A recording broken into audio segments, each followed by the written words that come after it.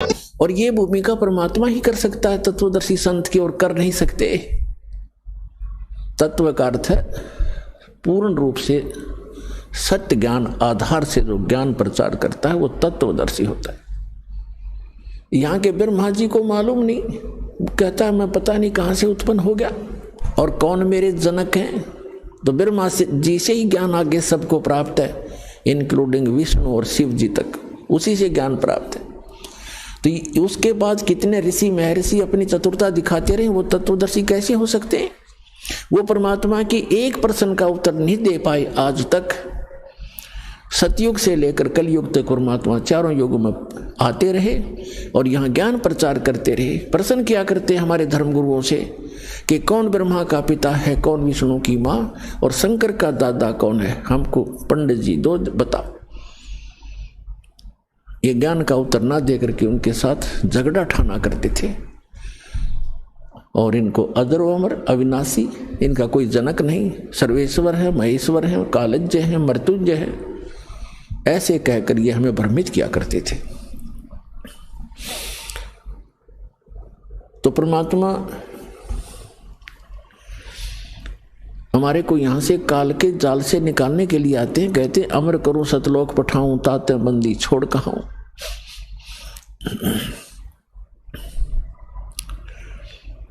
बंदी छोड़ का अर्थ है कर्मों के बंधन से हम यहाँ बंधे हुए हैं, हमारे इन बंधन को काटकर भगवान हमें मुक्त कराता है। तो तत्वदर्शी संत की भूमिका करने के लिए वो परमात्मा स्वयं ही आते हैं। और गरीबदास जी कहते हैं सतगुरु आए दया करी ऐसे दीन दयाल, बंदी छोड़ वृद्ध तास का जठ अग्नि प्रतिपाल। तो गीता अध्याय नंबर 15 के श्लोक नंबर 1 से 4 में ये स्पष्ट किया, परमात्मा ने बताया है कि सभी विभाग बताए संसार रूपी वृक्ष के कि अक्षर पुरुष एक पेड़ है, सरपुरुष वाकी डार, इसको निरंजन ज्योति निरंजन भी कहते हैं। अक्षर पुरुष एक पेड़ है, सरपुरुष वाकी डार और तीनों देवा शाखा हैं, ये पात रूप संसार। जैसे पेड़ कौन सा होता है जो पृथ्वी से बाहर दिखाई देता है, अंदर का जो जड़ें होती हैं, मूल हैं, वो गुप्त होती हैं, प्रोक्ष होती हैं, वो अव्यक्त होती हैं, वो दिखाई नहीं देती। तो मूल स्वयं परमात्मा ही थे कबीर भगवान, अमर पुरुष, सत्य पुरुष, परम अक्षर ब्रह्म है वो। और उसके बाहर जो दिखाई देता उसके विषय में उन्होंने बताया कि अक्षर पुरुष ये तना समझो, और सरपुरुष वाकी डार जो मोटी डार निकलती है उसको ब्रह्म समझो, और तीनों देवा शाखा हैं, उस शाखा उस डार के आगे 3 शाखा समझो, ये रजगुण ब्रह्मा सदगुण विष्णु तप गुण शिव जी जानो। एक बार चित्र को देख लीजिए फिर आसानी से समझ पाओगे। ये देखिएगा यहां से, ये एक पेड़ है, पूरा पूरा देखो इसको। परमात्मा ने बताया था अक्षर पुरुष एक पेड़ है, ये समझो ये पृथ्वी से बाहर जो दिखाई देता है इसके विषय में परमात्मा ने जानकारी दी है कि अक्षर पुरुष ये तना जो है ये तो अक्षर पुरुष है, और सरपुरुष वाकी डार और तीनों देवा शाखा है, ये हम यहाँ हैं, ये पात रूप संसार।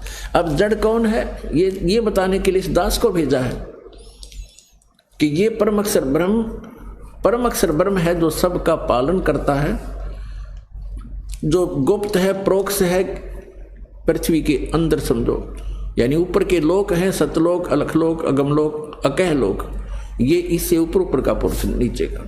और ये है कौन?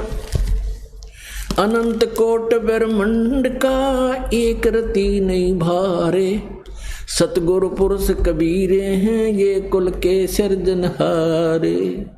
हम सुल्तानी नानक तारे दादू को उपदेश दिया, जात जुलाहा भेद न पाया ये काशी माहे कबीर हुआ। तो ये है वो संसार रूपी वृक्ष। श्रीमद् भगवत गीता अध्याय नंबर 15 के श्लोक 1 से 4 का ये वर्णन है, ये निष्कर्ष है इसका कि उल्टा लटका हुआ संसार रूपी वृक्ष है अर्जुन, ऊपर को जड़ नीचे को शाखा। गीता ज्ञानदाता ने केवल इतनी जानकारी दी है, ऊपर को जड़ और नीचे को तीनों गुण रूपी शाखा वाला ये एक संसार रूपी वृक्ष है, पीपल का समझो, अविनाशी वृक्ष है। और जो इसके सभी पार्ट्स ऊर्ध्व मूलम अधः शाखम अश्वत्थम प्राहु अव्यम छंदासी यस्य पर्णानि ये तम वेद स वेदवित्। इसके सभी छंद सभी विभाग जो जानता है, पत्तों समेत इसके सब छंद हैं, ऊपर को जड़ और नीचे को शाखा वाला ये संसार रूपी पीपल का अविनाशी वृक्ष समझो। और इसके पत्ते आदि सभी छंद हैं, और जो इन सभी विभागों को जानता है, सब न्यारे न्यारे बताता है, स वेदवित्, वह तत्वदर्शी संत है। तो श्रीमद् भगवद गीता के इस अध्याय 15 के श्लोक 1 में जो वर्णन है कि वो वेदविद, वो तत्वदर्शी संत सतगुरु होगा, वो कौन है? जिसने ये वाणी बोली है अपने सुख संवेद में, सच्चिदानंद घन ब्रह्म ने उस तत्व ज्ञान में बोला है। तो वो सतगुरु भी वही हैं। तुम साहेब तुम संत हो, तुम सतगुरु तुम हंस, गरीब दास तुम्हारे रूप बिना और न दूजा अंश। तुम साहेब तुम संत हो और तुम ही सतगुरु, सच्चा ज्ञान देने वाले अध्यात्म मार्ग का यह सर्व ज्ञान, और आप ही हंस हो, तुम ही सच्चे भक्त रूप में भी आप ही एक भूमिका करें। तो यहां बताया है कि उस परमेश्वर ने बताया अक्षर पुरुष एक पेड़ है, सरपुरुष वा की डार, और तीनों देवा शाखा है ये पात रूप संसार। श्रीमद् भगवद गीता अध्याय नंबर 15 के श्लोक नंबर 1 से 4 का निष्कर्ष है कि ये ऊपर को जड़ और नीचे को तीनों गुण रूपी शाखा वाला संसार रूपी पीपल का वृक्ष अविनाशी जानो। और जो संत इसके सभी विभागों को जानता है वह तत्वदर्शी संत है, और उसके पास तत्व ज्ञान है। श्रीमद् भगवद गीता अध्याय नंबर 4 के श्लोक 32 में स्पष्ट किया है कि परमात्मा ही सच्चिदानंद घन अपने मुख कमल से यथार्थ ज्ञान तत्व ज्ञान बोलता है। जो परमेश्वर के मुख कमल से उद्धृत वाणी होती है वो तत्व ज्ञान है। उसके अंदर आध्यात्मिक यज्ञों का यानी आध्यात्मिक अनुष्ठानों का विस्तृत विवरण होता है, और उसको जानने के बाद फिर सभी कर्मों से सभी पापों से मुक्त प्राणी हो जाता है। वो तत्व ज्ञान स्वयं परमात्मा अपने मुख कमल से ब्रह्मणे मुखे, अपने मुख कमल से बोलकर वो वाणी उच्चारण करता हो। सच्चिदानंद घन ब्रह्म की वाणी में विस्तार से कहे गए हैं वो तत्व ज्ञान है। चौथे अध्याय के 34वें श्लोक में कहा है कि अर्जुन उस तत्व ज्ञान को जो गीता ज्ञान से अन्य है, उस तत्व ज्ञान को तत्वदर्शी संतों के पास जाकर समझ, उनको दंडवत प्रणाम करने से, कपट छोड़कर उनकी सेवा करने से, सरलता पूर्वक प्रसन्न करने से वो तत्वदर्शी संत तुझे तत्व ज्ञान का उपदेश करेंगे। तो 15वें अध्याय के प्रथम मंत्र में उसकी पहचान बताई है श्रीमद् भगवद गीता में कि जो इस ऊपर को जड़ नीचे को तीनों गुण रूपी शाखा वाला, तीनों गुण रूपी शाखा वाला ये संसार रूपी वृक्ष समझो, और इसके सभी विभाग पत्ते आदि इसके सब विभाग हैं। और जो संत इन सब विभागों को जानता है, सब पार्ट्स जानता है, इसके अंग भिन्न भिन्न बताएगा, स वेदवित्, वो तत्वदर्शी संत है। और 15वें अध्याय के 4 श्लोक में कहा है कि उसके पश्चात तत्वदर्शी संत से तत्व ज्ञान प्राप्त करके इस अज्ञान रूपी अंधकार में उलझे हुए इस अज्ञान को काटकर, तत्व ज्ञान रूपी शस्त्र से इस अज्ञान को काटकर, उसके पश्चात परमेश्वर के उस परम पद की खोज करनी चाहिए, जहां जाने के बाद साधक फिर लौटकर संसार में कभी नहीं आते, और केवल उसी परमात्मा की भक्ति करनी चाहिए जिसने सर्व ब्रह्मांडों की रचना की है, सबका रचनहार है, सर्व उत्पादक है वो। तो दास जो ये बताना चाहता था, सतगुरु आए दया करी ऐसे दीन दयाल, बंदी छोड़ वृत्तास का जठरग्नि प्रतिपाल। अमर करूं सतलोक पठाऊं, ताते बंदी छोड़ कहाऊं। अमर करूं, उस परमात्मा के तत्व ज्ञान के आधार से सत साधना करने वाले प्राणी वहां चले जाते, फिर लौटकर कभी संसार में नहीं आते।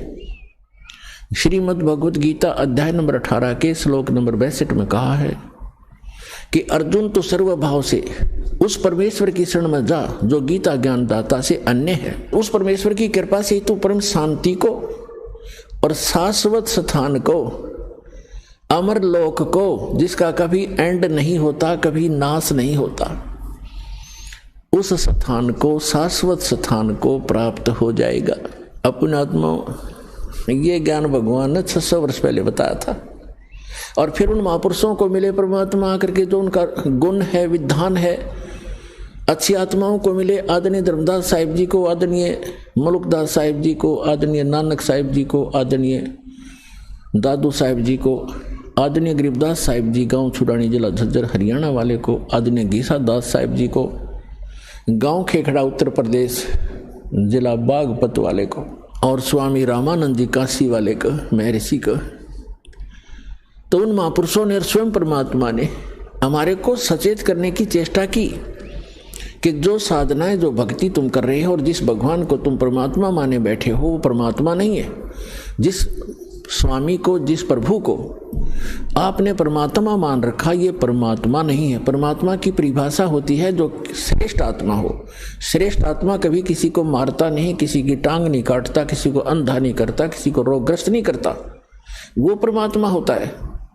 अब कई अनजान जो बिल्कुल माइनस जिनकी बुद्धि होती है अध्यात्म में, वो कहते हैं कि हम इस बात से चिंतित हैं कि भगवान है कहाँ। भगवान होता तो ये हालत होती लोगों की। जैसे अभी एक दुखद खबर हम सुन रहे हैं कि केदारनाथ और बद्रीनाथ के दर्शनार्थ गए हुए श्रद्धालु इन अज्ञानी आचार्यों, शंकराचार्यों द्वारा भ्रमित किए हुए वहां भगवान खोजने गए थे। और आज खबरों में सुनने को आ रहा है कि 15-20 हजार व्यक्ति मारे जा चुके। फ्लड में बादल फट गया और केदारनाथ के मंदिर का पता नहीं कहाँ गया। एक शिवलिंग खड़ा हो टूंड सा। तो पुण्यात्मा परमात्मा 600 वर्ष पहले आए। उसके बाद उनके द्वारा, उनके ज्ञान से परिचित महापुरुषों ने यही ज्ञान सुनाया। और वो कहा करते थे, चारों युग में संत पुकारे और कूक कहा हम हेल रे, हीरे माणक मोती बरसे ये जग चुगता ढेल रे। परमात्मा 600 वर्ष पहले बताया करते थे। और उनसे परिचित महापुरुष आदरणीय गरीबदास साहिब जी ने कहा है कि चारों युग में संत पुकारे, कबीर साहिब की महिमा गाई है। और कोक कहा हम हेल रे, हमने रुक के मार मार के, आवाज लगा लगा के, शोर मचा मचा के बता दिया कि हम तत्व ज्ञान और सत साधना रूपी हीरे मोतियों की वर्षा कर रहे हैं। आप इनको नहीं उठा रहे हो, ग्रहण नहीं कर रहे हो। और आन उपासना रूपी इन भ्रमित किए हुए आचार्यों और शंकराचार्यों, ऋषियों, महर्षियों, मंडलेश्वरों के द्वारा भ्रमित किए हुए आप बहुमूल्य वस्तु को छोड़कर कंकर पत्थर इकट्ठे कर रहे हो। ये आन उपासना, इन तीर्थों पे जाके मत्था टेकना, वहां दर्शनार्थ जाना, कल्याण की इच्छा करना, ये तो आपकी भूल है, बाल बुद्धि है। परमात्मा कहते हमरा ज्ञान किन्हें ना सुनिया, और ये पर भी लेन जात है दुनिया। पुण्यात्माओं, हमें बड़ा दुख है कि हमारे भाई बहन वहां किसी गंदी मौत मरे केदारनाथ की इस दुर्घटना में। कलेजा मुंह को आता है। हमारी ही दशा ऐसी हो रही है उनकी इस दीनता को देखकर। कोई भूखा मर के अचानक बैठे हैं धर्मशाला की, धर्मशालाएं बह गई है। कोई सो रहा था, कोई भगवान के गुण गा रहा था, आज उनका पता नहीं कहाँ चले गए। तो पुण्यात्माओं, जिनके वो सदस्य मरे होंगे उनकी क्या हालत होगी। तो कैसा है ये लोग। यहां संतों ने, महापुरुषों ने बताया है। नानक साहिब जी कहते, ना जाने काल की कर डारे, और किस विध ढल जा पासावे, और जिनाते सरते मौत खुड़क दी उन्हानू केड़ा हासावे। तो पुण्यात्मा परमात्मा स्वयं आकर के हमें ज्ञान सुनाया करते थे। इन अज्ञानी गुरुओं ने काल प्रेरित होकर अपने स्वार्थवश हमारे तक यथार्थ ज्ञान भगवान का दिया हुआ आने नहीं दिया। और कबीर साहब को एक दुलाहा, एक धानक, एक निर्धन व्यक्ति और फिर लास्ट में एक कवि, और ज्यादा किसी ने उपमा दी तो एक भक्त कहकर उनकी फाइल को क्लोज कर रखा था, उनकी हिस्ट्री बंद कर दी थी, लाल को कूड़े के ढेर में डाल दिया था। इस दास को पारखू बनाया, जोरही बनाया। इस दास ने उस लाल की परख की और ढंडोरा पीटा, अनाउंसमेंट करनी शुरू कर दी कि ये लाल है जिसको तुम पत्थर मान रहे हो और जिनको तुम हीरे मोती समझते हो, वो कौड़ी है, वो बहुमूल्य नहीं है। ठीक है, इसके इस प्रचार के लिए, अपने भाई बहनों तक ये सत्य संदेश पहुंचाने के लिए दास ने और दास के साथ पूर्व पहले समय से लगे हुए मेरे बच्चे और बेटियों ने बहुत कुछ कठिनाइयों का सामना अवश्य करना पड़ा, जेलों में जाना पड़ा, जगह जगह इन नकली लोगों ने, झूठों ने हमारे ऊपर झूठे मुकदमे भी बनवाए बच्चों के ऊपर। लेकिन हमें पता लग गया है कि वो अनजानपने में ये सब कुछ कर रहे हैं। जिस दिन उनको भी ये ज्ञान होगा, वो भी उसी भगवान के बच्चे हैं और वो हमारे साथ हो जाएंगे, उनका कल्याण हो जाएगा।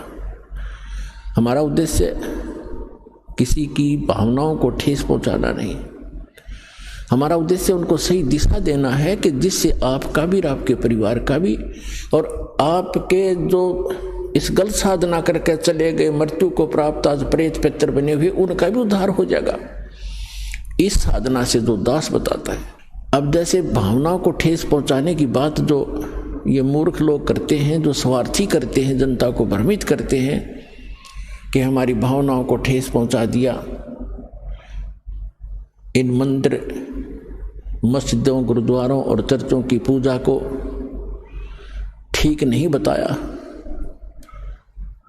मंदिरों में जाने को गलत बताते हैं, भगवान की मूर्ति पूजना, मूर्ति की पूजा गलत बताते हैं, केदारनाथ, अमरनाथ, इन धामों और तीर्थों पर जाने को गलत बताते हैं। ये हमारी भावनाओं को ठेस पहुंचाते हैं। पुण्यात्मा, भावनाओं को ठेस नहीं पहुंचाया जाता। यदि किसी के पास यथार्थ ज्ञान है और उस ज्ञान के आधार से कोई ज्ञान बताता है, वो तो ऐसा है जैसे बच्चे होते हैं, छोटे छोटे बच्चे, अग्नि जल रही होती है, आग जल रही है, और बच्चा उस अग्नि के बलते हुए उस जल रही उस भट्ठी की तरफ चलता है, और उसको कोई देख लेता है, बुद्धिमान व्यक्ति, कि ये बच्चे अग्नि की भट्ठी की तरफ जा रहे हैं और ये जल जाएंगे। उनको जाकर वो उठा लेता है और वो जाना चाहते हैं, उसको अच्छी वस्तु समझ के पकड़ना चाहते हैं और उसको उठा लेता है, तो वो रोता भी है और कहता है मुझे छोड़ दे, इधर ही जाने दे। उसकी भावनाओं को वहां ठेस पहुंचाना अनिवार्य था। यदि उस भावनाओं को ठेस नहीं पहुंचाया जाता तो जल के मर जाता वो बालक। तो दास का प्रयत्न यही समझो कि यदि आप इसको भावनाओं को ठेस समझते हो तो ये इस प्रकार की भावनाओं को ठेस पहुंचाना दास की मजबूरी होगी, क्योंकि दास इस मार्ग से परिचित हो चुका है। और जहां तक पार बसाओगी, आपको वहां नहीं जलने दूंगा उस आग के अंदर। अपने आत्मा परमात्मा आकर बताया करते थे कि जिन धामों की आप पूजा करने जाते हो, इन धामों की कुछ कम से कम तुम स्थापना देखो कैसे हुई है। इन तीर्थों की ये स्थापना कैसे हुई, और फिर ध्यान से सोचो, विचार करो। आज बालक नहीं हो, आप शिक्षित हो, उनके इतिहास, उनकी जीवनी हमारे पास उपलब्ध हैं, उनको पुनः विचार करके ग्रहण करो, उनको त्याग दो। देखो जितने भी तीर्थ हैं, धाम हैं, और जितने भी ये पवित्र स्थल हैं, आदरणीय हैं, ये आदरणीय यादगारें हैं, लेकिन वहां जाने से मोक्ष नहीं हो सकता। आपको बहुत बार बताया है, परमात्मा भी आकर स्वयं बताया करते थे और कहा करते थे कि इन धामों पर जाने से आपका मोक्ष नहीं, उल्टा पाप और पाप प्राप्त और जीवन नाशी आपका होता है। आपको एक झलक दिखाते हैं ये तीर्थ कैसे बने जहां हम पूजने जाते हैं। देखिएगा एक पुस्तक, ये पुस्तक है हिमालय तीर्थ। ये पुस्तक है हिमालय तीर्थ और ये हमारे शंकराचार्यों द्वारा दिए गए ज्ञान है, दिया गया ज्ञान है। ये है जेपी नबोरी इसका प्रकाशक है। ये देखिएगा हिमालय तीर्थ, जेपी नबोरी, उप मुख्य कार्यकारी श्री बद्रीनाथ केदारनाथ मंदिर समिति, ट्रैक्स एंड टूर्स कलकत्ता, और ये यहाँ से छपे हैं। अब हम इसके आपको ये देखिएगा उत्तराखंड के पंच केदार, ये पृष्ठ नंबर 17 है, यहाँ से हम प्रारंभ कर रहे हैं। ये 18 पृष्ठ है, यहाँ से हम ये 17 पृष्ठ है। उत्तराखंड के पंच केदार श्री केदारनाथ भारत के उत्तर नागाधिराज की सुर में उत्पत्तिका में स्थित केदार क्षेत्र प्राचीन काल से मानव मात्र के लिए पावन मोक्षदायक रहा है।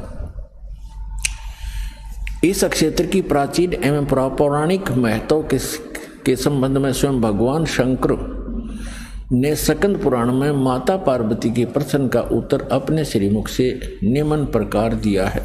ठीक है। हे प्राणेश्वरी, यह क्षेत्र उतना ही प्राचीन है जितना कि मैं हूँ। मैंने इसी स्थान पर सृष्टि की रचना के लिए ब्रह्मा के रूप में परब्रह्म तत्व प्राप्त करके सृष्टि निर्माण का शुभारंभ किया। तभी से स्थान मेरा चिर प्रिय समान है। भगवान शंकर का सुप्रसिद्ध ज्योतिर्लिंग भारत के विख्यात 12 ज्योतिर्लिंगों में से 11वां ज्योतिर्लिंग है। सुदूर उच्च हिमालय में समुद्र तल से 11,750 फीट की ऊंचाई पर श्री नर और नारायण ऋषि द्वारा प्रतिष्ठित है। पुराणों के अनुसार इस पुण्य फलदायी ज्योतिर्लिंग की स्थापना के संबंध में इसका इस प्रकार वर्णन अनंत रत्नों के जनक अतिशय पवित्र केदार नामक अत्यंत शोभा से युक्त शिखर पर पूर्व काल में महातपस्वी अपने आत्माओं ये तीर्थ और ये धाम कैसे बने हैं इसकी थोड़ी सी झलक दिखाएंगे, फिर दास मौखिक सुनाएगा, वो अच्छा समझ में आएगा। अब देखिएगा, अब हम 18 पृष्ठ पर आगे 17 पर पढ़ लिया। यहाँ पर पीछे से हमने पढ़ा है,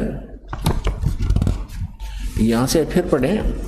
ये है कि पवित्र केदार नामक अत्यंत शोभा से युक्त शिखर पर पूर्व काल में महातपस्वी कौन? ऋषि श्री नर और नारायण ने, ये 2 ऋषि थे, नर और नारायण ने भगवान शिव को प्रसन्न करने के लिए बड़ी कठिन तपस्या की। इस तपस्या से तीनों लोकों में उनकी चर्चा होने लगी, जिसकी सभी लोकों में प्रशंसा होने लगी। फलस्वरूप भगवान शंकर भी नर नारायण की तपस्या से प्रसन्न हुए और उन्होंने प्रत्यक्ष प्रकट होकर ऋषियों को दर्शन दिए। दोनों ऋषियों ने भगवान भोलेनाथ के दर्शन किए। दर्शन से आनंद विभोर होकर स्तुतियों और मंत्रों से उनकी पूजा अर्चना की। भगवान शिव ने अत्यंत प्रसन्न होकर उनसे वर मांगने को कहा। भगवान शंकर की यह बात सुनकर उन दोनों ऋषियों ने देवादिदेव महादेव से प्रार्थना की, यहाँ हे प्रभु, यदि आप प्रसन्न हैं और वर देना चाहते हैं तो अपने इसी स्वरूप में जगत कल्याण एवं हमारी पूजा प्राप्त करने हेतु यहाँ सचित होवें, ताकि जगत का महान उपकार एवं भक्तों के मनोरथ आपके दर्शनों से परिपूर्ण हो। इस प्रकार भगवान शंकर नर नारायण की भक्ति से प्रसन्न होकर वहाँ सचित हुए। देवादिदेव महादेव यदि आप हम पर प्रसन्न हो तो भक्तों के कल्याण हेतु आप सदा सदा के लिए अपने स्वरूप से इस स्थान पर स्थापित करने की कृपा करें। अपने स्वरूप को यहाँ स्थापित करने की कृपा करें। यहाँ आकर आपका दर्शन पूजन करने वाले मनुष्यों को आपकी अविनाशी भक्ति प्राप्त होगी। ऋषियों की प्रार्थना सुनकर भगवान शिव ने ज्योतिर्लिंग के रूप में वहाँ यह वास करना स्वीकार कर लिया। भगवान शिव से वर मांगते हुए नर और नारायण ऋषियों ने इस ज्योतिर्लिंग और इस पवित्र स्थान के विषय में जो कुछ कहा है वह अक्षर से सत्य है। इस ज्योतिर्लिंग के दर्शन पूजन तथा यहाँ स्नान आदि करने से भक्तों के लौकिक फलों की प्राप्ति के साथ साथ अचल शिव भक्ति और साथ ही मोक्ष की प्राप्ति भी सहज हो जाती है। हिमालय में केदार नामक पर्वत शिखर पर प्रतिष्ठित होने के कारण इस ज्योतिर्लिंग को श्री केदारेश्वर ज्योतिर्लिंग के नाम से जाना जाता है। केदार शब्द का शाब्दिक अर्थ है ऐसे स्थान से होता जहाँ दलदल एवं अति मात्रा में पानी हो। केदार क्षेत्र में यही स्थिति है क्योंकि भगवान शंकर जलधारा प्रिय हैं। नर और नारायण ऋषियों के पश्चात अन्य ऋषि मुनियों व भक्तों द्वारा यह ज्योतिर्लिंग पूजित रहा। तत्पश्चात महाभारत काल में पांडवों द्वारा गोत्र हत्या अर्थात महाभारत युद्ध में अपने भाई बंधुओं आदि की हत्या के पाप से मुक्त हेतु यहाँ पर देवादिदेव महादेव की आराधना की गई। इसी प्रसंग में पुराण में एक कथा आती है। अपने आत्मा पहले ये निष्कर्ष बताते हैं, थोड़ा उसके आगे और शेष आपके पढ़ के सुनाऊंगा क्योंकि वर्तमान में एक बहुत दुर्दांत घटना घटी है जिससे आत्मा रो रही है, दुखी है, क्योंकि वो भी हमारे एक तरफ भटक रहे थे। परमात्मा के लिए वहाँ गए और वहाँ उनको क्या मिला सर्वविदित है, कहने की आवश्यकता नहीं। अब क्या बता रहे हैं कि नर और नारायण नाम के दो ऋषि वहां तपस्या करा करते उस दलदल में। केदार माने दलदल। और उनकी तपस्या से प्रसन्न होकर भगवान शिव आगे। तो पुण्यात्माओं, भगवान शिव कौन आगे? इस काल के जाल को कबीर भगवान ने आके समझाया है कि ये काल जो है, जैसे इसने गीता अध्याय नंबर 4 के श्लोक नंबर 5 और 9 में कहा कि अर्जुन, मेरे और तेरे बहुत जन्म हो लिए, तू नहीं जानता मैं जानता हूं, मेरे जन्म और कर्म अलौकिक हैं। और गीता अध्याय नंबर 7 के श्लोक नंबर 24 और 25 में इसने प्रतीक बताया है कि मैंने एक प्रतिज्ञा कर रखी है, मैं अपनी योग माया से छुपा रहता हूं, कभी भी किसी के सामने अपने वास्तविक रूप में स्पष्ट नहीं होता। मैं कभी किसी के सामने अपने वास्तविक रूप में नहीं आता। तो ये क्या करता है, जैसे कोई ऋषि साधना करता है, उसको किसी को विष्णु रूप में दर्शन दे देता है, अपने पुत्र विष्णु के रूप में, तो वो ऋषि विष्णु का उपासक बन जाता है, उसी का अनाउंसमेंट करने लग जाता है, उसी का ज्ञान प्रचार करता है कि सर्वेश्वर है, महेश्वर है, सबकी स्थिति पालन और संहार करने वाला यही है। और कोई ऋषि साधना, कोई भक्त साधना कर रहा है तो किसी को ब्रह्मा जी के रूप में दर्शन दे देता है। तो वो कहता है कि ये ब्रह्मा जी हमारे सामने रहते हैं, देवता, यही भगवान है, सर्वशक्तिमान है, मैंने समाधि दशा में इसके दर्शन किए, ये छुपाई है अपने आप को। इससे उन ब्रह्मा जी और विष्णु जी को भ्रम हो जाता है कि हम ये सचमुच भगवान है। इसी कारण से शिवपुराण में प्रकरण आता है, विद्वेश्वर संहिता के अंदर, एक बार ब्रह्मा जी गए विष्णु जी के पास और ब्रह्मा जी कहने लगे कि पुत्र, तू मेरा खड़ा होकर सम्मान क्यों नहीं करता, मैं तेरा पिताया हूँ, मैं तेरा जनक हूँ, सारी सृष्टि का उत्पत्ति करता हूँ। विष्णु जी लेटे लेटे कहते हैं कि आजा बेटा बैठ जा, तू मेरा पुत्र है, तू मेरी नाभि कमल से उत्पन्न हुआ, मैं ही सर्वशक्तिमान हूँ, मैं सबका रचने वाला हूँ। इस बात पर दोनों लड़ पड़े। फिर ये काल आ गया, वहाँ पर शिव रूप धारण करके इन दोनों के बीच में एक लिंग खड़ा कर दिया, तेजों में स्तंभ। ये लड़ना भूल गए, ऊपर नीचे ढूंढने लगे। फिर खुद आके प्रकट हुआ शिव रूप में। फिर इनको ज्ञान बताने लगा कि पुत्रों, तुमने अपने आप को ईश मान लिया तो यू आर नॉट गॉड, तुम भगवान नहीं हो। और इसी तुमने दो डिपार्टमेंट, 2 विभाग मेरे से प्राप्त किए हैं। मैं चीफ मिनिस्टर हूँ यहाँ का। ये काल जो है एक ब्रह्मांड में चीफ मिनिस्टर का काम, इसका रोल समझो। और अन्य ब्रह्मा विष्णु महेश एक विभागीय मंत्री हैं। रजोगुण विभाग के ब्रह्मा जी और सतोगुण विभाग के विष्णु जी। यानी रजोगुण से जो क्रिया हो रही है, जिसको हम उत्पत्ति कहते हैं, ये उत्पत्ति करता नहीं है, ये तो उत्पत्ति करवाता है। संतान उत्पत्ति हम उसके प्रभाव से करते हैं। और सतिथि, ये विष्णु जी कहते हैं उत्पत्ति और सतिथि जो तुम्हें दी है मैंने, ये मेरे से प्राप्त है, तुमने तप करके प्राप्त किए, मैंने तुम्हें विभाग दिए। इसी प्रकार रुद्र शिव को भी, शंकर को भी मैंने अलग से, महादेव महेश्वर को भी मैंने 2 कर्त दिए हैं, संहार और तिरोभाव। और बोलने वाला 5वां ये काल है, ये कभी अपने वास्तविक रूप में नहीं आता, ऐसे कभी विष्णु के रूप में, कभी शिव के रूप में, कभी ब्रह्मा जी के रूप में आता है। तो इसके जाल को समझने के लिए परमात्मा ने कथा सुनाई अपनी प्यारी आत्मा धर्मदास जी को, जो धर्मदास जी ने कबीर सागर में लिपिबद्ध की। कि परमात्मा ने कहा कि ये गलतियां करके आत्मा यहाँ आ गई इस काल के साथ, इसके 21 ब्रह्मांड वाले विमान में बैठ के, और इसने यहाँ इनको इतना दुखी कर दिया। फिर ये चिल्लाने लगी, हे भगवान हमें सुख दे, हे भगवान हमें सुख दे। हम हाहाकार मच गई।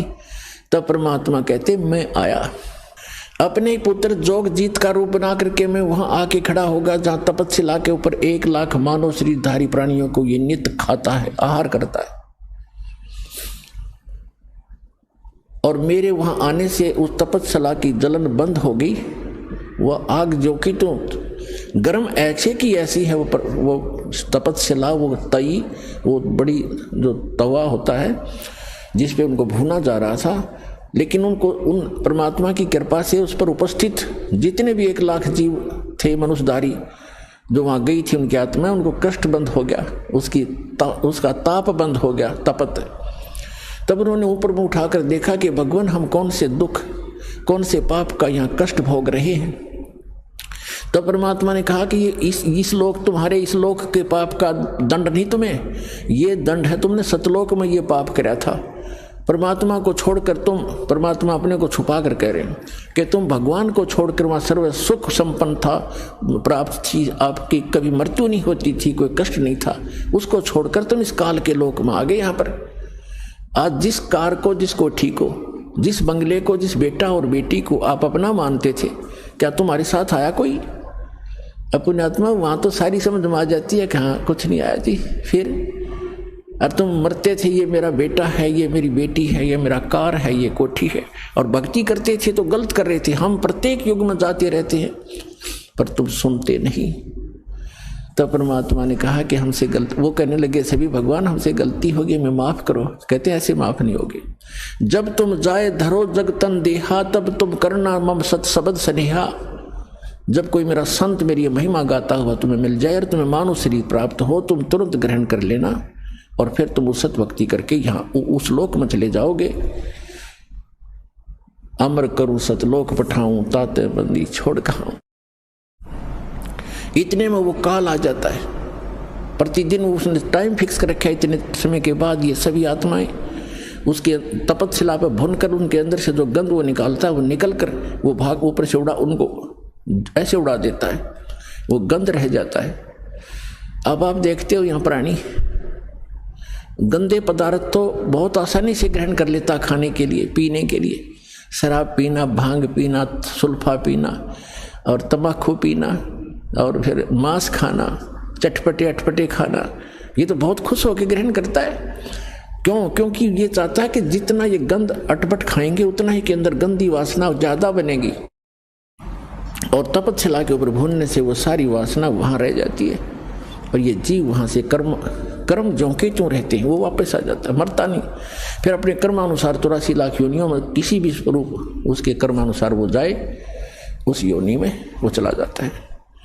तो उसी समय वो काल आ जाता है और काल ने देखा अपने बड़े भाई जोगजीत को, जिसने वहाँ से, जिस रूप में परमात्मा ने सतलोक से उसको निकाला था। जिन्होंने सृष्टि रचना पढ़ रखी है बच्चों, उनको खूब याद है। अब दास ज़्यादा हिंट देगा आज के सत्संग में। सृष्टि रचना कभी आपको बताएंगे और आपको सीडी वगैरह बनाकर भी दे रखी है, वो भी देख सकते हो। और उसने सोचा, काल ने, इस ज्योत स्वरूपी निरंजन सरपुरुष ने कि मन में आई कि जोगजीत कैसे आ गया, ये कोई परमपिता का कोई संदेश लेकर आया है, पहले इसे वो संदेश जानता हूँ, क्या आज्ञा लेकर आया है ये भगवान की, और फिर आज इसको कूटूंगा, पिटाई करूंगा इसको मारूंगा, खूब कूटूंगा, क्योंकि इसने मुझे वहां से मार कर निकाला था, मुझे जबरदस्ती निकाला था सतलोक से। तो मुझे परमात्मा बताते हैं कि धर्मदास मुझे देखकर काल भयंकर हो गया, और पहले मुझसे कहा कि पहले जोगजीत कोई आज्ञा है भगवान की, परमात्मा की, पिता की, वह मुझे बता, और फिर जोगजीत तुझे छोड़ू नहीं गाज, तूने मुझे वह मार कर निकाला था। तब परमेश्वर जो जोगजीत रूप में वहां उपस्थित थे, विराजमान थे, खड़े थे, विद्वान थे, परमेश्वर ने कहा धर्मदास, मैंने उनसे कहा, परमात्मा बता रहे हैं, धर्मदास जी लिख रहे हैं कि मैंने उससे कहा कि सुन ले आदेश परमपिता का कि ये भोली आत्मा तेरे साथ आ गई थी, इन्होंने तो गलती की सो की, पर तूने इनका कैसा सांग निकाल रखा है, कैसे कैर ढा रहा है इनके ऊपर, तू कोई गधा बना दिया, कोई गधी बनाई, कोई कुत्ता, कोई कुतिया, किसी का बेटा मर गया, किसी की बेटी मार रहा है, हाहाकार मचाए रखे। तो इसने कहा कि पिताजी ने मुझे श्राप दिया था, और जिस श्राप अनुसार मुझे भूख लगती है तो मैं तो इनको खाऊंगा, बनाऊंगा, पैदा भी करूंगा। परमात्मा ने कहा कि चल इन्हें गलती कर दी, तो खा भी रहा है, सारे काम कर रहा है, फिर इनके किसी का हाथ काटे, किसी की टांग कटे, कोई अंधा, कोई कैंसर से पीड़ित, ये जुल्म क्यों कर रहा था इनके ऊपर। तब इसने कहा कि मैं तो सत्य का राज करता हूँ, मैंने परमात्मा को वचन दे रखे हैं, और जैसे कर्म जो करेगा वैसे भोगेगा, मुझे इसमें कोई लेना देना नहीं है। पुण्यात्माओं, यहाँ की इस सारी व्यवस्था ऐसी है इस काल के लोक में। एक तरफ तो सरकार शराब के ठेके, फीम के ठेके, भांग के ठेके खोलती है, और फिर शराब पीकर कोई इधर उधर जाता उसको अंदर कर देता, तो शराब पीकर गलत गतिविधि की, और शराब पीकर रामायण बचेगा, वो भांग पीकर रामायण पढ़ेगा, गलत गतिविधि करेगा वो। तो इसने ऐसा कर रखा है कि मैं तो सत्य का राज करता हूँ, जो जैसे कर्म करेगा वैसा ही फल देता हूँ। अब ये इतनी बकवादों का कि आविष्कार करवा दिया, तो फिर ये भोली आत्मा तो गलतियां करेंगे ही करेंगे, तो कहते भोग लेंगे। हम इसके बच्चे नहीं हैं, हम इसके बच्चे होते तो ऐसा दुख देता ही है। आज केदारनाथ के ऊपर 20,000 आदमियों को मार देता अपने बच्चों को। ये हम इसके बालक नहीं हैं, हम इसकी प्रजा नहीं है, हम उस परमात्मा की प्रजा हैं, सतपुरुष के बच्चे हैं, और हम अपनी गलती से इसकी कैद में फंस गए हैं। यहाँ से निकालने का एक तरीका है, हम स्वेच्छा से आए हैं, स्वेच्छा से ही वापस जाएंगे।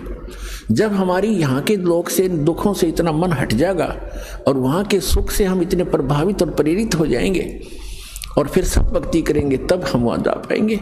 इसलिए आपको सारा ज्ञान प्रमाण दिखाए जा रहे हैं, ताकि आपका यहाँ से मन हटे और भक्ति पर डटे, और फिर वहाँ चलेंगे हम। तब इसने कहा, परमात्मा ने कहा जोगजीत रूप में कि मैं नीचे जाऊंगा, परमात्मा ने भेजा हूं, और वहां जाकर तेरे सारे जाल को समझाऊंगा, और सबको परमात्मा की महिमा बताऊंगा। आपने सारे परमात्मा की जो सतपुरुष है, जो वास्तव भगवान है, यथार्थ स्थान है, उसका तो नामो निशान मिटा दिया, तू स्वयं भगवान बन बैठे यहाँ का। और सबको बताऊंगा, और एक ऐसा गुप्त मंत्र दिया है मेरे को, वो मंत्र उनको दूंगा, सतनाम और सार नाम। और फिर उसने कहा, उसे आग तो अंदर से जल गया वो सारा, ये तो नाश करेगा मेरे बड़े बड़े काम का। फिर उसने कहा, काल ने कहा कि एक काम करना। हाँ, और जब उसने ये बात सुनी तो एकदम भयंकर होगा, कहने लगा तू मेरा बाग उजाड़ने जा रहा है, तू मेरा नाश करने जा रहा है, तुझे अभी खत्म कर दूंगा, तुझे तो जाके दिखाना नीचे। परमात्मा ने कहा कि ऐसा सुनकर काल भयंकर होगा मेरे ऊपर। और धर्मदास ऐसे अटैक किया उसने, मेरे को बिल्कुल खत्म करने के लिए दौड़ के आया, और मैंने सतनाम का सुमन कर दिया, नाम का सुमन शुरू कर दिया। इस नाम के अंदर धर्मदास ऐसी प्रबल शक्ति है, इसके सामने कोई भी देव, कोई यक्ष, कोई भी यहाँ का काल तक भी नहीं ठहर सकता, मेरे पास ऐसा मंत्र है।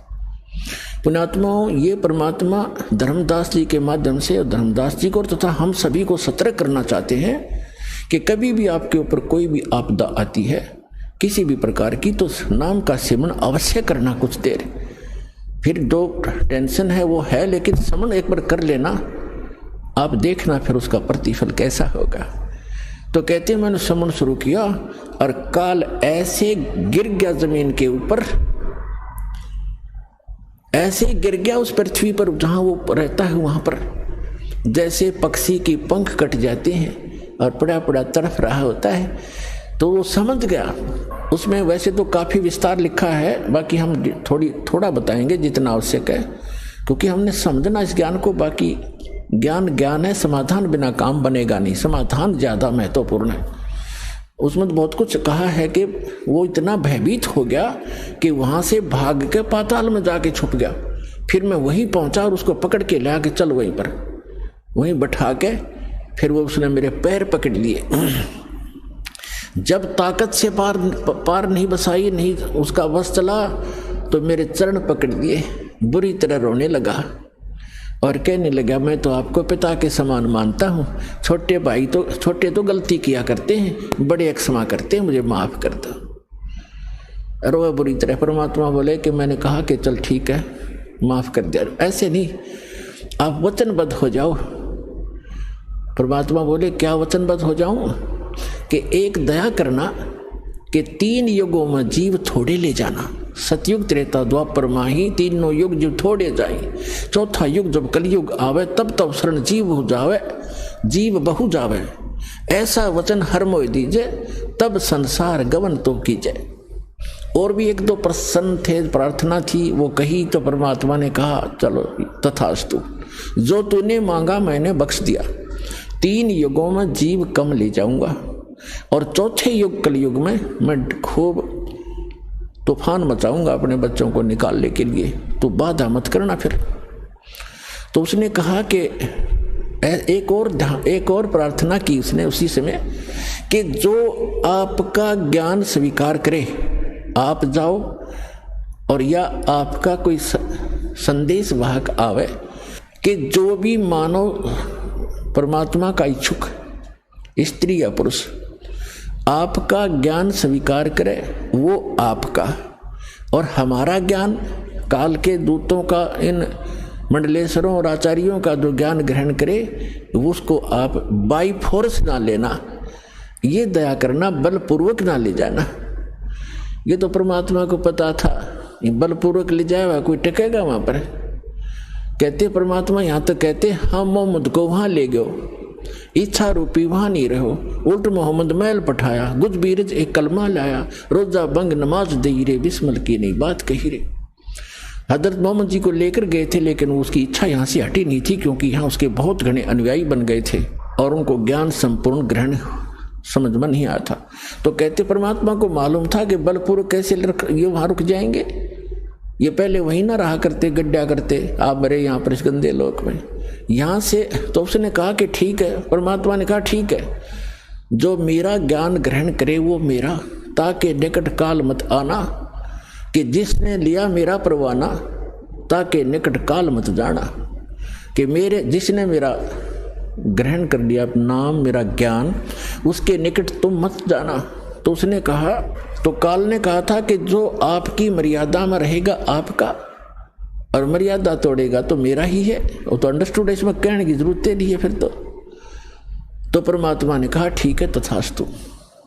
जब परमात्मा ने ये सारा कुछ कह दिया और उसकी सारी स्वीकृति दे दी, तब एकदम रूप बदल गया और एकदम खड़ा हो गया, कहने लगा जोग जीत जाओ संसारा, जीव न माने कहा सब तुम्हारा, जीव तुम्हारा कहा न माने, हमरी ओढ़ हो बाद बखाने। मैंने उनको ऐसी उल्टी पट्टी चटपटा दी कि सब मेरे ही ज्ञान को ग्रहण किए हुए हैं, और कलयुग में तो उनकी ऐसी हालत कर दूंगा कि किसी को भी भक्ति योग्य नहीं छोड़ूंगा। देवल धाम और तीर्थ पुजवाऊं, देव धाम इनकी पूजा करवाऊंगा, या विद जीवों को भरमाऊं। अपने आत्मा अभी परमात्मा का ज्ञान आपके ईव समझ में आवेगा। आज जो दास आपको समझाना चाहता है कि जैसे आज सबसे ताज़ा दुर्घटना और सबसे भयंकर आज तक की इन तीर्थ यात्रियों के लिए ये है कि केदारनाथ के दर्शनार्थ गए हुए इन बद्रीनाथ केदारनाथ के श्रद्धालुओं के ऊपर कितना कहर टूट गया, परिवार के परिवार नष्ट हो गए। इसलिए ये ज्ञान आज आपके समक्ष करना अनिवार्य हो गया और अब ये सबको स्वीकार्य होगा। दास बहुत वर्षों से देख रहा है, कोई अमरनाथ पर जाते हुए कभी 2000 कभी 1500 बर्फानी तूफान के अंदर बहुत से मरते सुने गए। एक बार हरिद्वार के अंदर वो नीलकंठ के जो मंदिर है उसके ऊपर एक पर्वत पहाड़ का टुकड़ा टूट के गिर गया, वहाँ सारे मारे गए, वो नीलकंठ भी टूट गया। फिर वो टुकड़ा पत्थर का टुकड़ा जो भारी पहाड़ था, पत्थर बहुत भारी, उस रास्ते में लुढ़कना शुरू हो गया, जिससे यात्री ऊपर चढ़ रहे थे ऐसे ऐसे, और उधर से वो लुढ़कना शुरू हो गया, पीस दिए वहाँ से लेकर नीचे तक। और फिर वहाँ एक लक्ष्मण झूला है, गंगा के ऊपर एक पुल बना हुआ है, लोग कुछ जा रहे थे, फिर वहाँ से सुनकर कुछ बचे हुए कोई इधर भाग रहा था, कोई इधर भाग रहा था, कोई पुल को पार करने की चेष्टा वापस कर रहा था। तो भीड़ में भगदड़ मच गई। अब वापस भागने वाले कह रहे थे, किसी ने बताया कि पहाड़ टूट गया, तो वापस पुल पर भागने वालों ने सुन लिया कि पुल टूट गया। आइए अब हम उन श्रद्धालुओं के अनुभव जानते हैं जो जगत गुरु तत्वदर्शी संत रामपाल जी महाराज जी से दीक्षा प्राप्त कर चुके हैं तथा उनके द्वारा बताए गए भक्ति मार्ग पर चल रहे हैं। नमस्कार सर। सत साहिब जी। क्या नाम है सर आपका? मेरा नाम पवन कुमार है। सर आप कहाँ से आए हैं? मैं राजस्थान का हूँ। जो गीता गोरक्ष प्रेस के जो संपादक हैं हनुमान प्रसाद जी पोदार, उनकी जन्मस्थली रतनगढ़ है, जिला चूरू राजस्थान। उसी जन्मस्थली का जन्मस्थान मेरा रतनगढ़ है, मेरा गांव। सर आपने संत रामपाल जी महाराज से नाम दीक्षा कब ली? मैंने संत रामपाल जी से नाम दीक्षा 25 अक्टूबर 2014 को ली थी। सर आप संत रामपाल जी महाराज से जुड़ने के पहले आप क्या भक्ति साधना करते थे? माँ भगवती की पूजा करते थे, गणेश जी की भी पूजा करते थे और बालाजी की भी पूजा करते थे। लेकिन संजोगवश ऐसे ही रहा कि हमारे पूर्वजों के टाइम से भी हमारे घर में किसी तरह का कोई मंदिर ही नहीं था।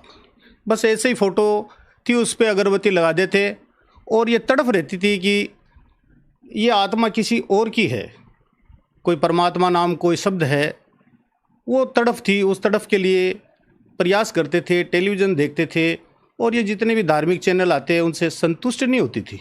और घर पे ये मद भगत गीता ये भी पढ़ते थे, लेकिन कहीं कहीं ये टीवी चैनल पे दिखाते थे कि मद भगत है, गीता है, इनका आज चल रहा है साप्ताहिक, तो उसमें माते बहनें भाई ये नाचते गाते थे, तो ये ऐसे लगता है कि ये तो कहीं गीता में लिखा नहीं है, ये नाचते हैं गाते हैं। सर आपने बताया कि संत रामपाल जी महाराज से जुड़ने से पहले अन्य देवी देवताओं की भक्ति करते थे, इसके अलावा आप शास्त्रों का अध्ययन भी करते थे, तो इन सब भक्ति करते हुए भी आपको कोई लाभ हुआ या नहीं? संत रामपाल जी की शरण से पहले बहुत देवी देवताओं की इनकी जो भक्ति करते थे उनसे कोई लाभ नहीं मिला, 0% लाभ नहीं मिला, बल्कि हानियाँ ही होती रहती। शारीरिक विकार, मानसिक परेशानी, आर्थिक परेशानियाँ, ऐसी परिस्थितियों का समझौता एनी टाइम चलता ही रहता था, कोई बेनिफिट नहीं मिला। सर संत रामपाल जी महाराज से जुड़ने का कारण क्या था? आत्मा में ये तड़फ रहती थी कि कोई अच्छा संत मिले, कोई अच्छे सतगुरु की शिक्षा मिले, जिससे इस आत्मा का कोई कल्याण हो सके। वैसे तो हमारे पहले भी आध्यात्मिक गुरु थे, लेकिन उनसे मतलब संतुष्टि नहीं हुई इस आत्मा को कि ये जिसे इन्होंने जो ज्ञान दिया है वो कोई वास्तविक मोक्ष मार्ग की तरफ कोई ले जाने का कोई रास्ता नहीं बताया। उन्होंने हठ धर्म ही बताया। जैसे हमारे गुरु जी थे बेगानाथ जी, पहले उन्होंने खेचरी मुद्रा बताई, तो खेचरी मुद्रा में करता था, लेकिन मैंने करते करते ऐसे सोचता कि इस तरह की जो शारीरिक पीड़ा देकर अगर इस प्रकार से अगर परमात्मा को अगर पाना चाहते हैं तो शायद संभव नहीं कि परमात्मा मिल जाए।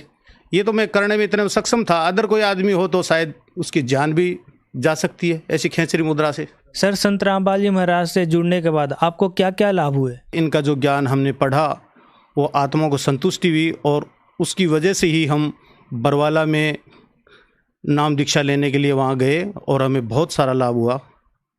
वो लाभ मैं आपको बताऊं कि पहले तो मोक्ष मार्ग का रास्ता मिला हमें इनकी भक्ति के द्वारा, जो शास्त्रों के अनुकूल है, सत्य सनातन धर्म के अनुकूल है, 4 वेदों में। उससे हम सर्टिफाई हो गए, ये प्रमाणित हो गया कि शास्त्रों में जो ज्ञान है वो ही अच्छा ज्ञान है और पूर्ण परमात्मा कबीर साहिब कबीर इस गॉड है वो दर्शाया है। और वो हमें बिल्कुल हमें आत्मा में प्रमाणित हो गया कि ये बात बिल्कुल सत्य और सही है।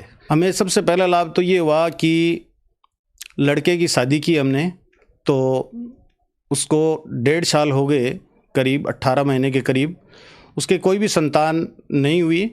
तो मैंने और मेरी धर्मपत्नी ने अपने बड़े पुत्र को बैठा के बोला कि बेटे अपने संतान इत्यादि नहीं हुई तो हम किसी तरह की कोई डॉक्टर से कोई दवाई वगैरह नहीं दिलवाएंगे, क्योंकि हम कबीर परमात्मा की भक्ति करते हो, सामर्थ्य भगवान है, उनसे ही मांगेंगे और उनसे मांग रखी कि परमात्मा हमें संतान दे, हमें पोता दे, तो हम यही करेंगे। तो फिर हमारी बहू ने एक दिन ऐसे विचार किया कि वो अपनी सास को बोलने लगी, मेरे धर्मपत्नी को, कि माता जी मेरे को भी आप गुरुजी की शरण में आना चाहती हूँ और मैं नाम दीक्षा लूँगी।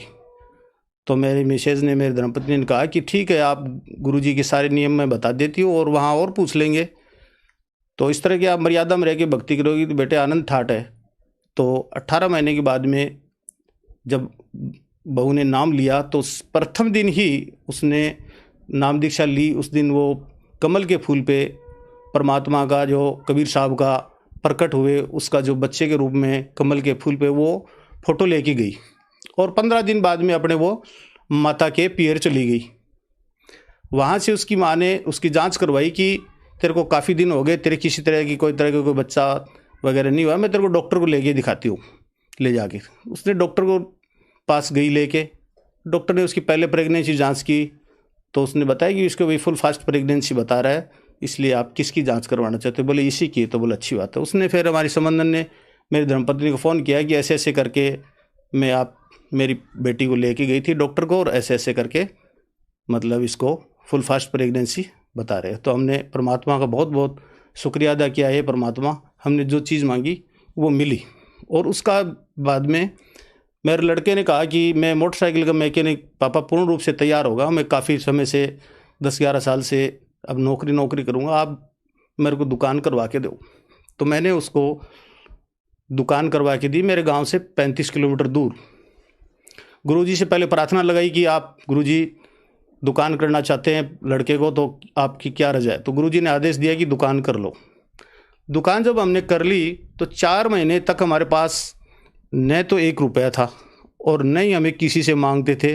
वो देते बोलते कि हमें पार्टनर बना लो, कोई बोलता है इतना ब्याज लगेगा, हमने सहमत नहीं हुए हम। फिर 5वें महीने बाद पैसे मिले हमें और बैंक भी हमारे को पैसे देने के लिए पहले तो तैयार थी, 2.5 लाख रुपए, फिर इनकार हो गई। फिर 5वें महीने में बैंक 50,000 रुपये देने के लिए एग्री हो गई और लड़के को मैंने दुकान करवा के दी मोटरसाइकिल मैकेनिक की। वहाँ जितने भी आते थे कस्टमर वो सब बोलते थे कि आप बहुत पहले आने वाले थे, ये दुकान लेने के ले तो रखी थी आपने, लेकिन आप इतने समय पहले नहीं आए, इसका कारण क्या है? मैंने कहा पैसे वैसे की व्यवस्था नहीं। बोले पैसे वैसे की व्यवस्था क्या, आपकी कोई और भी जो परेशानी थी वो भी यहाँ से टल गई। हमने कहा कैसे? बोले यहाँ बस तो रुकती है डेली जो रोड पे जाने वाली गांव वाली। तो एक लड़की थी शादीशुदा, वो आपकी दुकान के ऊपर यहाँ बैठी थी, 3 सीढ़ियाँ ऊपर बैठी थी और एक जीप वाला आया, जीप लेके, और वो फास्ट ऐसे लेके आया कि उसकी बैठी थी उस सीढ़ी पे तो उसके पैर टांगे अलग अलग कर दी उसने। तो हमें ये लगा कि कितनी बुरी परिस्थिति हमारे साथ होती, शायद गुरुजी ने हमारी आर्थिक व्यवस्था को रोक कर और हमें ये इस परिस्थिति से बचाया। फिर उसके बाद में मैं और लड़का एक मोटरसाइकिल एक मैकेनिक के पास गया, सरदार शहर जा रहे थे, तो वो उसका चेसिस इतना बेंड था कि हम उसको आराम से लेके जा रहे थे रात को 11 बजे। तो लड़के ने कहा कि पापा गाड़ी की तो बहुत कंडीशन ख़राब है। मैंने कहा तो चलो कोई नहीं, परमात्मा का स्मरण करके लेके चल ही रहे हैं।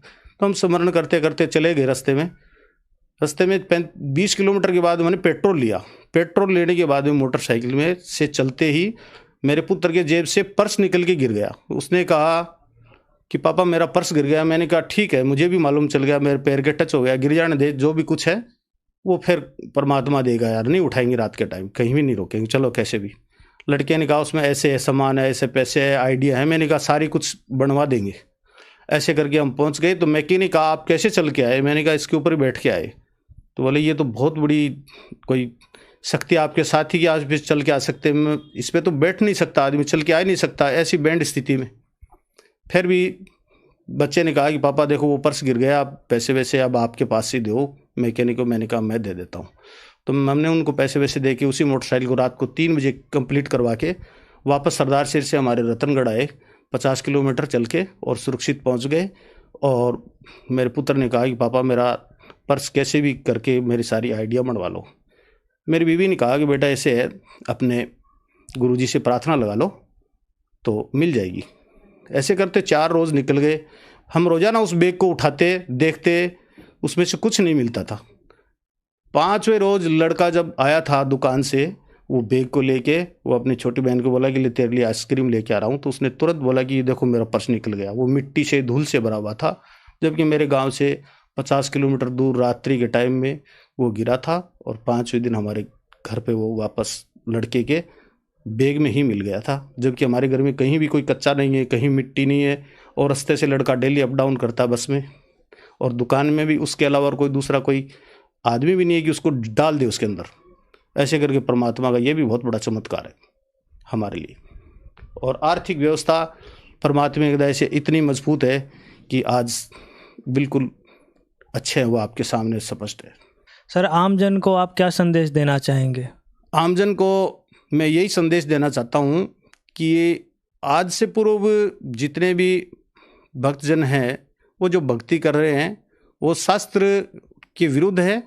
और अब जो भक्ति कोई करना चाहते हैं वो संत रामपाल जी की शरण में आए, और शास्त्रों के अनुकूल जो भक्ति करेगा वो ही मोक्ष मार्ग को प्राप्त होगा। और इनकी जो भक्ति है बिल्कुल सार्थक है, प्रमाणित है।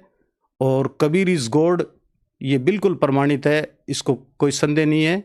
इसलिए सभी भक्त समाज को ये संदेश देना चाहते हैं कि संत रामपाल जी महाराज की शरण में आएँ। और अधिकतर टीवी चैनल चलते हैं, उनके माध्यम पे जो मोबाइल की जो पट्टी चलती है उसके संपर्क करके आप जिस किसी क्षेत्र में रहते हैं उस क्षेत्र में आपको नाम दान के अंदर पे वो आपको भेज देंगे। और नाम दीक्षा लेके अपनी मर्यादा में भक्ति रह के और अपना मोक्ष मार्ग करवाएं। धन्यवाद सर। सत साहिब।